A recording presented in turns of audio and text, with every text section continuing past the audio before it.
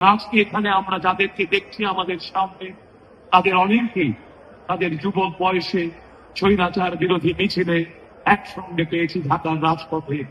আজ সেই দেশপ্রেমে উজ্জীবিত চিকিৎসকরাই তাদের পেশাগত দক্ষতা, 20-30 বছরের দীর্ঘ পেশাগত জীবনের সংগ্রাম এবং দেশপ্রেমের কারণেই এই দল এবং এই মতাদর্শের সঙ্গে একই সঙ্গে এই দুই সংগ্রাম চালিয়ে যারা আজ স্বাস্থ্য সেবা বাংলাদেশে নিশ্চিত করার সর্বোচ্চ দায়িত্বে রয়েছেন, তারা অনেকেই আমার অনেক বছরের পরিচিত বন্ধু, সহযোদ্ধা, বড় ভাই, ছোট ভাই, বড় বোন এবং ছোট বোন। তাই আজকের এই অনুষ্ঠানে আমাকে দাওয়াত দিয়ে দুটো কথা বলার সুযোগ দিয়ে আপনারা আমাকে কৃতজ্ঞ করেছেন।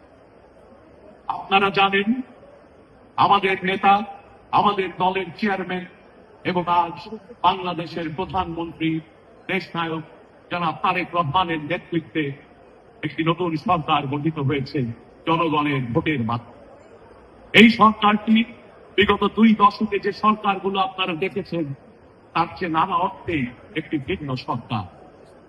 আমাদের এই সরকারটি জনগণের সরকার।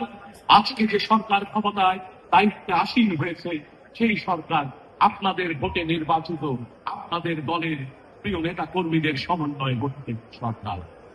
তাই আজকে ডক্টর অ্যাসোসিয়েশন অব বাংলাদেশের 11,000 মেধাবী চিকিৎসক, আপনাদেরকে আমি শুধু স্মরণ করিয়ে দিতে চাই, আপনাদের এই 2 দশকের সংগ্রাম যে গণতন্ত্রের জন্য ছিল, আপনাদের এই 2 দশকের সংগ্রামে যে বাংলাদেশের স্বপ্ন আপনারা দেখেছিলেন, একজন দেশপ্রেমিক চিকিৎসক হিসেবে বাংলাদেশের গ্রামে গঞ্জে আপনারাও চেয়েছিলেন সাধারণ মানুষের কাছে একটা মানসম্মত স্বাস্থ্য সেবা নিশ্চিত করতে। আমাদের সরকারের বয়স 1 মাস হয়নি, আমাদের হাতে এখনো কালির দাগ শুকায়নি, কিন্তু এই সরকারটি অন্য সরকারগুলোর থেকে ভিন্ন। এই সরকার মিথ্যা ওয়াদা করার সরকার নয়। তাই এই সরকার ইশতেহারে আমরা যা কিছু বলেছি আমরা অক্ষরে অক্ষরে পালন করার জন্য ইতিমধ্যেই মাননীয় প্রধানমন্ত্রীর নেতৃত্বে আমরা কাজ করে যাব। আমরা ইতিমধ্যেই 1 মাসের কম সময়ে অনেকগুলো বড় বড় অঙ্গীকার পূরণ করা শুরু করেছি।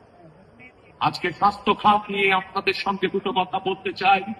স্বাস্থ্য খাতে অনেক সমস্যা আছে, স্বাস্থ্য খাতের অনেক সমালোচনা হয়। আমরা যারা চিকিৎসক, আমরাই কিন্তু এই বাংলাদেশের 2/3 মানুষকে সরকারি স্বাস্থ্য সেবায় এখনো তাদেরকে সেবা দিয়ে যাচ্ছে। আর সেই সেবাটি দেওয়া হচ্ছে আপনাদের মতো দেশপ্রেমিক চিকিৎসকদের মাধ্যমে।